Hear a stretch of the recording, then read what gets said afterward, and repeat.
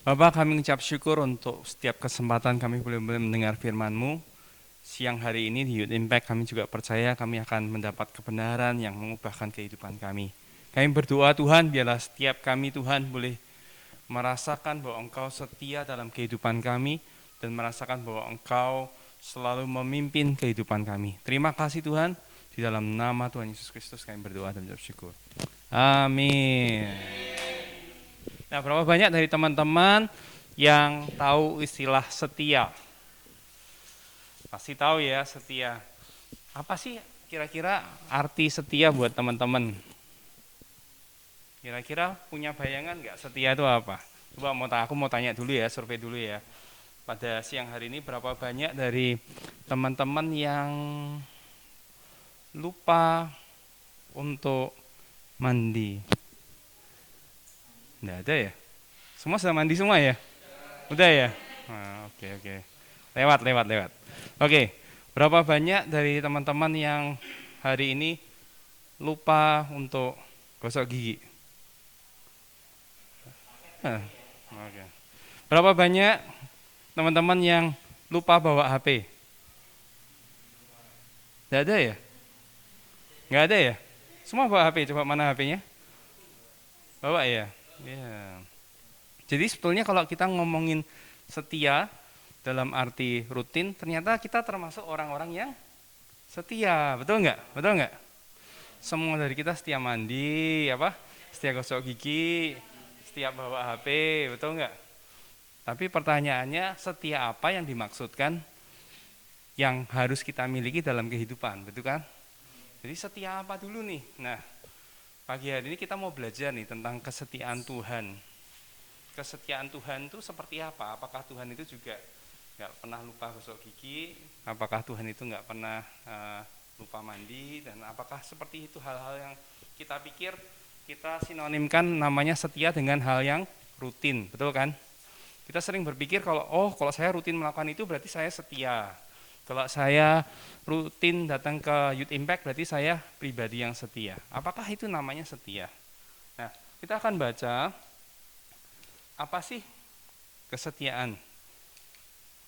Kita akan lihat dalam Keluaran pasal 34 ayat 6 dikatakan seperti ini.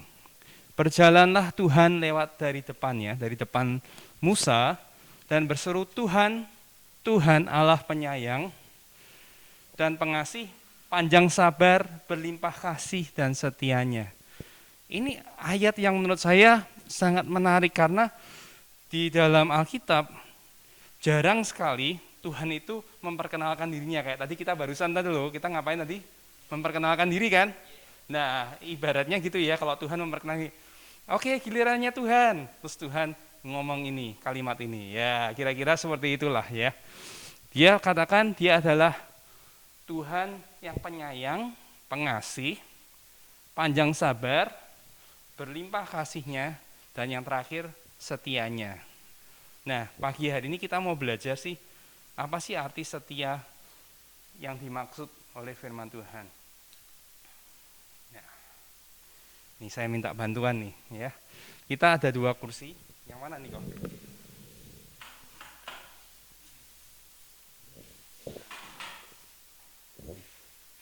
Butuh volunteer nih. Mau siapa yang punya ilmu meringankan tubuh di sini?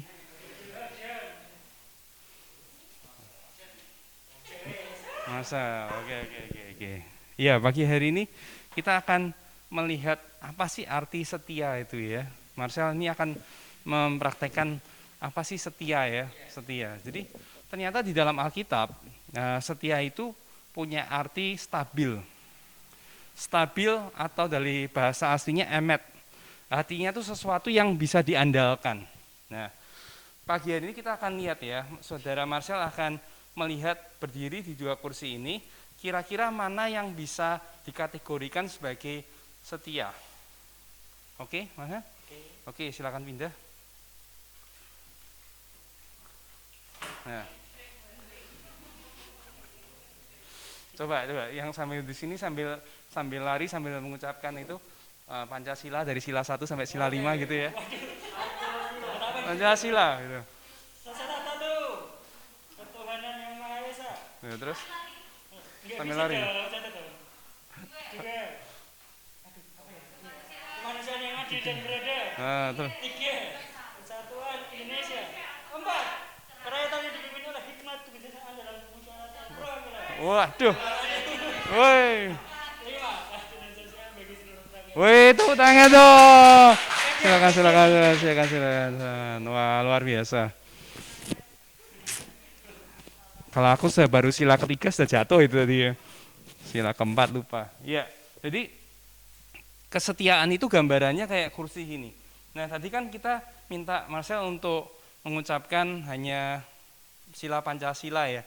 Coba bayangin kalau di sini dikasih tangga, terus kita mau mencapai sesuatu, kira-kira ngeri nggak kalau misalnya kita berdiri di atas sesuatu yang tidak stabil kayak gini? Ngeri nggak? Ada yang berani coba?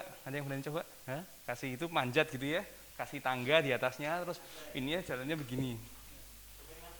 Oke. Thank you Mas. Pasti ngeri kan? Kenapa? Ini tidak stabil. Nah, begitu juga kesetiaan itu seperti itu. Setia itu artinya stabil, bisa diandalkan. Tuhan adalah pribadi yang setia. Setia itu artinya bukan hanya rutin melakukan sesuatu, tapi setia itu artinya dia itu bisa diandalkan. Kalau dia bilang sesuatu, dia pasti akan melakukan. Jadi dari ribuan tahun Tuhan itu sudah mendeklarasikan dirinya, aku adalah pribadi yang setia. Pertanyaannya adalah menjadi pilihan kita, apakah kita ini mau berdiri di atas janjinya yang pasti, atau kita memutuskan untuk hidup dalam cara hidup kita sendiri yang ternyata tidak stabil. Kalau kita lihat bangsa Israel berkali-kali ya, Tuhan sudah memperkenalkan dirinya sebagai Tuhan yang setia. Tuhan sudah kasih janji, aku akan kasih kamu tanah Kanaan. Aku akan membuat kamu beranak cucu. Aku akan membuat keturunanmu nanti melahirkan juru selamat. Tapi berkali-kali bukannya Tuhan tidak setia di dalam kehidupan bangsa Israel, tapi bangsa Israel yang pindah-pindah. Ya, ibaratnya sudah di sini, sudah mau masuk Kanaan, tapi terus waktu-waktu mereka melihat tantangan, waktu mereka mengintai tanah Kanaan dan mereka melihat bangsanya besar-besar, mereka jadi takut, mereka nggak yakin lagi sama kursi ini. Yang mereka lakukan, mereka pindah. Mereka pindah ke keputusan mereka sendiri, dalam logika dan analisa mereka sendiri. Akhirnya mereka menjadi ketakutan dan akhirnya mereka harus 40 tahun menghabiskan waktu di padang gurun. Karena apa? Karena keputusan mereka untuk berpindah dari yang stabil ke yang tidak stabil. Nah, begitu juga dalam kehidupan kita. Kenapa saya kasih judul salah fokus? Tuhan itu sudah pasti setia. Tuhan itu sudah membuktikan dalam rentang waktu ribuan tahun dia setia. Ya, kalau kita ngomongin setia, orang pacaran 10 tahun aja kita bilang, wah setia banget, bener nggak ya? Setia banget ya. Apalagi kalau ngomongin 20 tahun, itu setia banget. Ini bukan 20 tahun, ini ribuan tahun. Tapi yang jadi masalah adalah seringkali fokus kita. Kemana fokus kita? Apa yang menjadi fokus kita? Itu akan menentukan. Ya, ibarat pernah teman-teman ini enggak? Terjebak di kemacetan. Pernah enggak naik mobil terus terjebak kemacetan? Ini yang saya alami. Waktu sudah kena macet gitu ya, kayak di jalan ini, kita mencoba mencari jalur yang paling cepat, betul kan? Saya liatin yang sebelah kanan kayaknya kok lebih lancar ya, lebih lancar. Terus apa yang kita lakukan? Kita pindah ke kanan. Begitu pindah ke kanan apa yang terjadi? Yang kanan yang berhenti, tempat kita yang tadi awalnya malah jalan, betul nggak? Pernah nggak ngalamin kayak gitu? Ya, waduh nyesel, dah balik lagi ke kiri. Begitu kita balik ke kiri apa yang terjadi? Gantian, yang kanan yang lancar, yang sini yang masih stuck di traffic. Pernah nggak merasa kayak gitu dalam kehidupan? Sering kita kayak salah fokus terus gitu loh. Melihat itu kok lebih lancar ya, kok lebih enak ya jalannya ya. Kita pindah, begitu pindah jalur, kita menyesal ya, ngantri lagi mobil yang tadinya di belakang kita sudah di depan kita sekarang gitu. Nah, dalam kehidupan seringkali hal-hal itu terjadi. Itulah yang namanya disebut salah fokus. Nah, apa sih Salah fokus tuh bisa terjadi karena beberapa hal dalam kehidupan kita. Nah, pagi hari ini kita mau belajar supaya kita tidak membuat kesalahan yang sama di dalam kehidupan. Yang pertama, fokus pada yang kelihatan. Sama-sama bilang yuk, fokus pada yang kelihatan. Coba lihat ke kanan kirinya. Yang kanan kirinya itu kelihatan apa makhluk yang tidak kelihatan? Kelihatan ya, kelihatan ya. Kelihatan kan ada warnanya, ada rambutnya, betul, betul, betul. Ada kakinya kan? Ada kakinya tuh? Ada ya, aman ya. Ngerti kan maksudku? Jadi kan sesuatu yang kelihatan tuh cenderung yang menarik perhatian kita. Kita pikir sesuatu yang lebih real. Nah, seringkali di dalam kehidupan Tuhan tuh izinkan namanya masalah dan tantangan. Seringkali yang membuat kita salah fokus adalah kita lebih fokus pada yang kelihatan daripada yang tidak kelihatan, yaitu janji Tuhan yang sepertinya belum terrealisasi. Kita membaca sebuah cerita ya di dalam Matius pasal yang ke-14 ayat 24 sampai 32. Mengisahkan pada waktu murid-murid Tuhan Yesus itu disuruh untuk berlayar sendirian, dikatakan, kursinya diambil boleh deh, supaya tidak mengganggu pemandangan, supaya tidak mengganggu yang kelihatan. Ya, oke. Perahu murid-muridnya sudah beberapa mil jauhnya dari pantai dan diombang-ambingkan gelombang karena angin sakal. Kira-kira jam 3 malam datanglah Yesus kepada mereka berjalan di atas air ya. Saya bayangin kalau Tuhan Yesus berjalan jam 3 malam itu kelihatan enggak ya? Itu gelap ya, pasti di dalam laut tidak ada lampu, tidak ada sinar. Ya, jadi mereka melihatnya pun pasti samar-samar. Ketika murid-muridnya melihat dia berjalan di atas air, mereka terkejut. Ya, bayangkan di tengah malam, di tengah badai seperti itu ada yang berjalan. Mereka terkejut dan berseru, itu hantu. Lalu mereka berteriak-teriak karena takut. Tetapi segera Yesus berkata kepada mereka, tenanglah, aku ini, jangan takut. Jadi Tuhan Yesus berkata, tenanglah, aku ini aku, jangan takut. Lalu Petrus berseru dan menjawab dia, Tuhan apabila engkau itu, suruhlah aku datang kepadamu, berjalan di atas air. Kata Yesus, datanglah. Maka Petrus turun dari perahu dan berjalan di atas air mendapatkan Yesus. Cerita ini kalau berakhir di ayat ini akan menjadi sebuah cerita yang luar biasa. Bagaimana seorang manusia yang bernama Petrus, dia bisa melakukan mujizat ya yang tidak pernah dilakukan oleh manusia sebelum dan sesudahnya. Ya, berjalan di atas air, bahkan berjalan di atas gelombang yang sangat luar biasa. Tapi kemudian ya ada kelanjutan dari cerita ini. Ayat selanjutnya dikatakan, tetapi ketika dirasanya tiupan angin, takutlah ia dan mulai tenggelam, berteriak, Tuhan tolonglah aku. Pertanyaannya, sebelum dia merasakan, dia ngapain?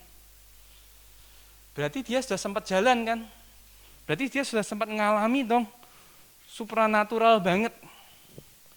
Tapi begitu perasaan dan semua yang kelihatan itu mulai masuk ke panca inderanya, dia mulai merasa takut. Seringkali janji Tuhan itu sesuatu yang tidak kelihatan dalam kehidupan kita, kan?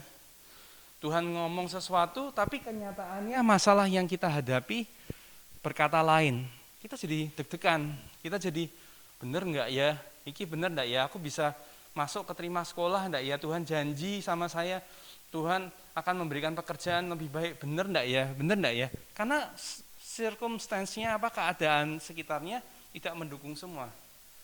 Dan seringkali Tuhan itu ingin melatih kita untuk percaya kepada Dia, walaupun yang kita terima janjinya itu belum kelihatan. Ya, itulah yang namanya iman. Iman itu berarti kita percaya kepada perkataannya, kita percaya kepada janjinya, walaupun itu belum termanifestasi. Ya, kita mendoakan orang, ya misalkan mendoakan orang, terus orangnya belum sembuh. Percaya enggak yang kita ucapkan, atau kita sudah melupakan apa yang kita doakan? Ya. Pada waktu saya belajar, setiap kali kita berdoa, kita harus percaya sesuai dengan apa yang kita katakan. Cuman aku percaya cuma itu tok, selesai gitu. Ya, jadi jangan biarkan situasi membuat kita menjadi ragu. Ayat 31, segera Yesus mengulurkan tangannya, memegang dia dan berkata, "Hai orang yang kurang percaya, mengapa engkau bimbang?" Lalu mereka naik ke perahu dan angin pun reda. Ini ceritanya anti klimaks ya. Begitu sudah ditolong, mereka naik ke perahu, tiba-tiba reda semua. Seolah-olah kalau boleh dibilang, badai itu hanya dibuat hanya untuk Petrus, betul nggak? Karena begitu mereka percaya, ditarik tangannya, langsung masalahnya hilang semua. Seolah-olah kesempatan untuk Petrus bisa percaya hanya di badai itu, bukan? Nah, seringkali di dalam kehidupan kita, Tuhan itu sering juga mengizinkan dalam arti hal-hal yang tidak sesuai dengan ekspektasi kita. Ya, apakah kita ini dalam membangun hubungan sama Tuhan itu bisa fokus pada janjinya atau kita fokus pada yang kelihatan? Ya, sekali lagi karena janji itu biasanya belum menjadi sesuatu yang kelihatan. Itu tantangan pertama, salah fokus adalah fokus pada yang kelihatan. Yang kedua, nah, fokus kepada uang yang menjanjikan. Saya harus akui bahwa ini adalah tantangan yang luar biasa. Karena setiap orang tahu bahwa uang itu penting apa enggak penting? Penting banget. Tapi seringkali pada waktu kita memfokuskan pada uang, kita sebetulnya sedang memfokuskan kepada hal yang keliru. Ya, saya ingin bacakan sebuah kisah di mana suatu kali Abraham sama keponakannya Lot itu mereka sedang melihat sebuah masa depan. Kemudian Abraham itu berkata, "Bukankah seluruh negeri ini terbuka untuk engkau? Baiklah, pisahkan dirimu daripada aku. Jika engkau ke kiri maka aku ke kanan. Jika engkau ke kanan maka aku kiri." Mereka harus memisahkan diri dan Abraham sebagai orang yang lebih tua itu kan memberikan sebuah perintah ya, bayangin. Kamu yang milih duluan, padahal dia yang lebih tua. Kamu pilih mana, aku pilih kebalikannya. Dan dikatakan ayat 10, lalu Lot melayangkan pandangnya dan dilihatnya bahwa seluruh lembah Yordan banyak airnya. Sama-sama katakan yuk, seperti taman Tuhan, seperti tanah Mesir sampai ke Soar. Bayangin, dikatakan ada kata apa? Seperti. Jadi semuanya seperti, hampir mirip kayak itu. Begitu dia lihat, wah yang ini masa depan yang menjanjikan. Sehingga kemudian Lot itu memilih tanah itu dan Abraham memilih kebalikannya. Dan yang terjadi adalah sebab itu Lot memilih baginya seluruh lembah Yordan itu. Lalu ia berangkat ke sebelah timur dan mereka berpisah. Lot melupakan satu hal, bahwa Tuhan itu sudah berjanji sama Abraham, yaitu omnya, ya kan? Dia berkata, kemanapun kamu pergi, kamu akan kuberkati. Jadi Abraham itu punya berkat seperti itu. Kemanapun dia pergi, engkau akan kuberkati. Tapi dia tidak fokus kepada perkataan itu, kepada janji yang diterima oleh Abraham. Dia fokus kepada pandangan sekitarnya. Wah, bagus banget, menjanjikan banget. Padahal berarti kalau dia pilih itu, Abraham pilih yang kebalikannya. Berarti berkatnya bukan ke situ, tapi berkatnya ke arah kebalikannya, betul kan? Logikanya begitu kan mestinya. Tapi dia yang milih mestinya. Kalau Lot itu tahu dan menyadari bahwa Tuhan menyertai Abraham kemana, ya udah kamu pilih kemana, aku tak ikut ke situ. Mestinya kan begitu kan? Tapi dia memilih sendiri berdasarkan pandangannya. Nah, berapa banyak dari saya seringkali kalau tanya ke anak-anak muda gini, kamu nanti kalau lulus mau kerja apa? Kamu kalau mau selesai kuliah kalau mau selesai SMA mau kuliah apa gitu. Biasanya bingung, nggak tahu. Tapi kalaupun tahu biasanya jawabannya gini, yang paling gampang dapat kerjaan, betul nggak? Yang nanti setelah kerja karirnya paling menjanjikan, yang kira-kira menghasilkan paling banyak uang. Itu jawaban-jawaban yang klasik yang kita sering dengar, betul kan? Yang mana yang paling ngasih uang itu yang pilih. Kadang-kadang tanpa sadar kita sebagai anak-anak Tuhan kita juga memutuskan hal-hal itu berdasarkan berapa jumlah uang yang akan saya dapat. Ya kan? Saya memilih ini jurusan ini, saya memilih pekerjaan ini karena di sini gajinya segini, yang di sini gajinya segini. Oke, saya memilih yang gajinya lebih menjanjikan. Tanpa sadar kita ini seperti Lot. Kita memilih berdasarkan uang. Padahal Tuhan tidak pernah meminta kita untuk seperti itu. Kita belajar bahwa, saya mau katakan bahwa never sacrifice values over money. Values itu apa? Nilai-nilai. Nilai-nilai dalam kehidupan itu jauh lebih berharga daripada sejumlah uang. Tahu kan teman-teman, setelah kita masuk dalam karir, masuk dalam pekerjaan, itu tidak penting lagi nilai dulu NEM ya, nilai IPK-nya berapa, itu tidak begitu penting lagi. Masuk pertama, kerjaan pertama mungkin penting, tapi yang berikut-berikutnya tidak penting. Tapi yang penting apa? Karakter. Yang penting apa? Skill, kemampuan, kontribusinya, bisa berkomunikasi apa enggak, bisa kerjasama dalam satu tim apa enggak. Nilai-nilai seperti itu penting. Apalagi nilai-nilai. Nilai-nilai bicara apa? Orang ini bisa dipercaya apa enggak? Orang ini punya self-driving motivation apa enggak? Itu nilai jauh lebih penting daripada uang ternyata. Dan saya secara pribadi setelah bekerja, tadi kan saya bilang 25 tahun ke atas ya, 25 tahun ke atas kan, itu baru menyadari bahwa ternyata yang namanya kepercayaan itu jauh lebih bernilai daripada uang. Jadi jangan pernah kita mengorbankan kepercayaan orang hanya untuk sejumlah uang. Ya, ada istilah yang penting cepat sekali, apalagi yang namanya korupsi gitu ya. Yang penting dapat uang, habis itu orang tidak percaya lagi sama aku, tidak apa-apa. Itu satu kesalahan yang sangat besar. Ya, saya belajar bahwa di dalam bisnis kita bisa tidak punya modal, kita bisa nggak punya pengalaman, tidak punya network, tapi yang namanya keahlian, yang namanya bisa dipercaya, itu lebih bernilai dari itu semua. Lebih bernilai dari itu. Orang sekarang bisa percaya sama saya, kalau saya bilang saya perlu uang, akan kasih uang kepada saya tanpa jaminan. Kenapa? Karena mereka bisa percaya saya. Ya, mereka dengan percaya bisa kasih modal duluan atau dalam bentuk barang. Itu adalah satu bukti bahwa yang namanya values, nilai itu jauh lebih penting daripada materi. Jadi pada waktu kita nanti bekerja, memilih dalam pekerjaan akan sekolah apa, kita akan memilih pekerjaan apa, pilih selalu jangan kompromi dengan nilai. Ya. Karena nilai itu jauh ya, makanya saya kasih tahu sekarang, jauh lebih berharga daripada namanya uang. Uang akan datang kalau ada values. Tapi kalau dengan uang belum tentu values ada, gitu loh, seperti itu. Jadi kita harus cari seperti itu. Dalam kehidupan jangan hanya berdasarkan milih fakultas atau jenis pekerjaan berdasarkan gaji. Tapi coba pertimbangkan pertanyaan-pertanyaan seperti ini. Di mana saya bisa menemukan potensi saya? Di mana potensi saya lebih tergali? Di mana saya menemukan, enggak apa-apa, perusahaannya kecil, tapi saya bisa bantu banyak hal di perusahaan itu. Mungkin saya di sana bisa dipercaya untuk mengatur keuangan daripada di perusahaan besar mungkin cuma sebagian kecil gitu. Jadi hal-hal seperti itu yang mestinya harus jadi pertimbangan kita.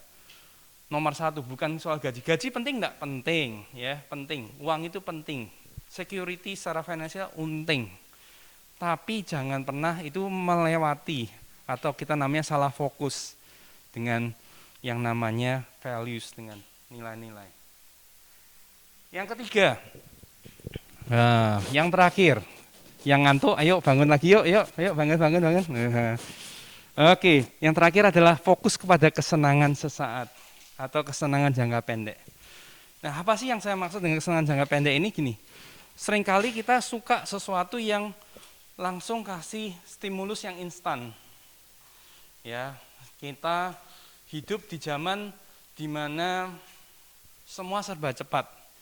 Bahkan anak saya setiap kali kita ajak pergi selalu tanya, internetnya cepat enggak Pak? Gitu ya. Internetnya cepat enggak, berapa kuotanya? Aduh, itu pertanyaan anak zaman sekarang ya, itu apa-apa tanya, di sana ada internet apa enggak? Di sana ada internet apa enggak gitu ya.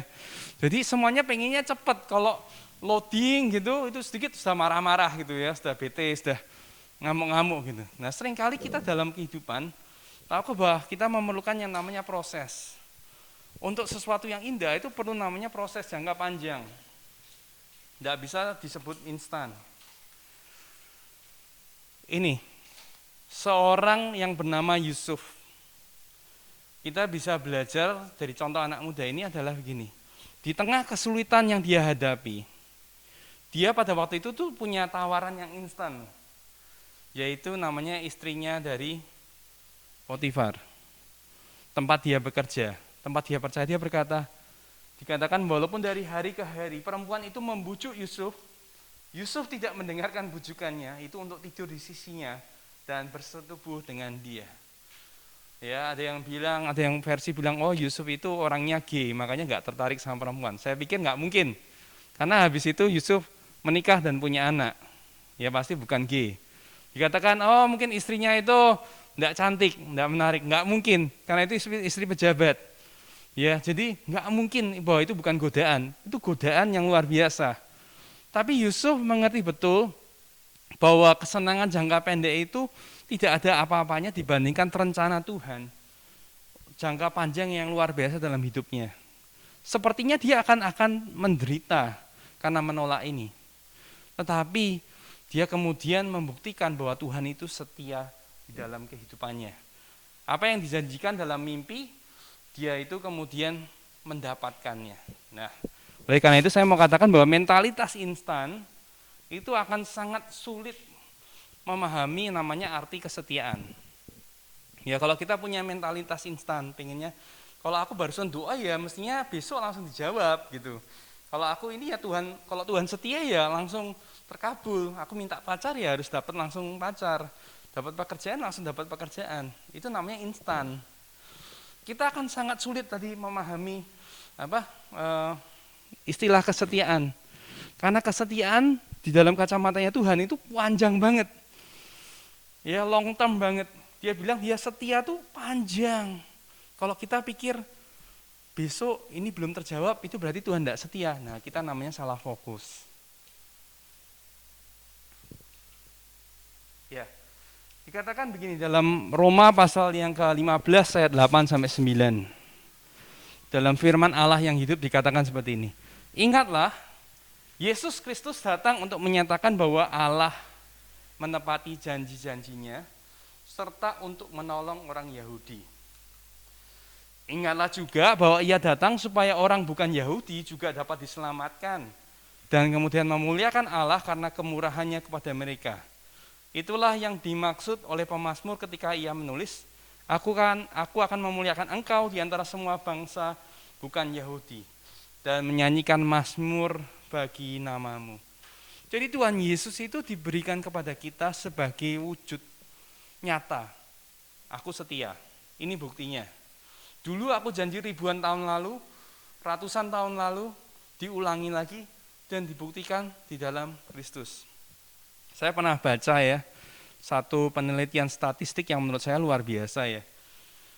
Di dalam Tuhan Yesus itu menggenapi kalau nggak salah ada sekitar 60 nubuatan atau 40 lebih nubuatan gitu. Nah terus statistik itu kemudian berkata gini, coba apa kemungkinannya kalau semua nubuatan itu dipenuhi di dalam satu pribadi Tuhan Yesus. Itu kemungkinan statistiknya apa? Itu kalau dihitung tuh 1 kali 10 pangkat minus 27 atau berapa gitu, atau itu baru 8 nubuatan. Kalau semua nubuatan itu bisa minus 120 berapa 7 pangkat gitu. Ibaratnya gini, seluruh Indonesia ya, taruh di seluruh Indonesia dikasih bola tenis. Bola pingpong, timbun semua seluruh Indonesia dari Pulau Jawa, Sumatera, Sulawesi itu dikasih bola pingpong semua sedalam 3 meter. Oke? Dalam 3 meter, terus dari semua bola pingpong yang ada, satu dikasih tanda silang spidol merah. Oke, kasih spidol merah, terus diacak semua. Terus terbangkan satu orang aja dari Australia, naik helikopter. Terus di waktu kapanpun orang itu bisa bilang, oke, sekarang di sini turun, dia nyemplung ke kedalaman 3 meter, cari satu bola pingpong yang disilang merah. Itu kemungkinan satu orang bernama Tuhan Yesus menggenapi semua nubuatannya. Jadi itu kemungkinan yang kalau dipikir-pikir secara statistik gila banget. Bisa dipenuhi secara tepat, tidak ada satupun yang meleset. Itu adalah satu bukti kesetiaan. Bukti bahwa Tuhan itu setia, stabil, bisa diandalkan. Itu sesuatu yang tidak terbantahkan, bahkan ilmu pengetahuan membuktikan itu. Statistik membuktikan itu. Pertanyaannya adalah fokus kita kemana gitu ya. Makanya kita pagi ini membahas salah fokus. Begitu kita salah fokus, kita pindah kursi. Ya, oh ini tidak stabil, kita pindah. Kayak tadi pindah macet gitu ya, begitu pindah, lah kok yang itu yang jalan gitu ya. Kita harus kemudian menyesal dalam kehidupan. Nah, saya berdoa supaya kita, bahwa ini saya mau tutup dengan nih, fokus dan pengejaran kita itu menentukan kualitas hidup kita. Ya, fokus dan pengejaran kita menentukan kualitas hidup kita. Kita pengen hidup yang seperti apa? Coba lihat ini dua hal ini. Fokusnya apa? Yang kita kejar apa? Kalau kita ngejarnya jumlah uang, saya berani yakin kualitasnya juga tidak akan bagus. Ya, tapi kalau kita mengejarnya nilai-nilai yang diajarkan, kebenaran kehendak Allah dalam kehidupan kita, potensi kehidupan kita, saya berani yakin kita menemukan bahwa Tuhan itu adalah Tuhan yang setia di dalam kehidupan kita. Amin. Mari kita berdoa. Bapak, kami ucap syukur untuk siang hari ini Engkau sudah berbicara kepada kami begitu banyak tentang salah fokus. Kami berdoa Tuhan, biarlah pagi hari ini kami bukan hanya menjadi orang-orang yang tahu banyak tentang Engkau, tapi kami memutuskan untuk berpijak pada pijakan yang benar, yaitu pada pijakan kebenaran-Mu Tuhan.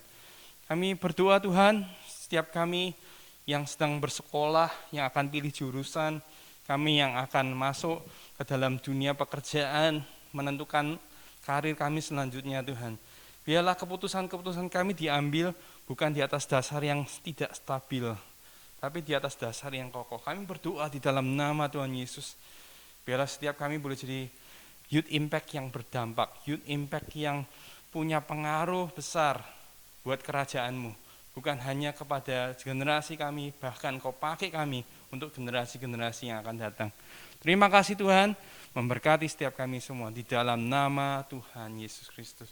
Dan pada siang hari ini kami mau pulang, kami mau terima berkat-Mu. Kami percaya Tuhan, mari kita terima berkat Tuhan sama-sama. Arahkan tangan-Mu, arahkan hati-Mu pada Tuhan, biarlah berkat perkenanan dari Allah Bapa, kasih-Nya dalam Tuhan Yesus Kristus, dan persekutuan dan penyertaan Roh Kudus ada dalam kehidupan kita senantiasa, memimpin kita langkah demi langkah, supaya kita boleh bersandarkan kepada kesetiaan Tuhan senantiasa. Biarlah nama Tuhan dipermuliakan melalui kehidupan kita, melalui setiap kita di Youth Impact. Di dalam nama Tuhan Yesus Kristus. Haleluya. Amin. Thank you. Saya kembalikan waktunya kami.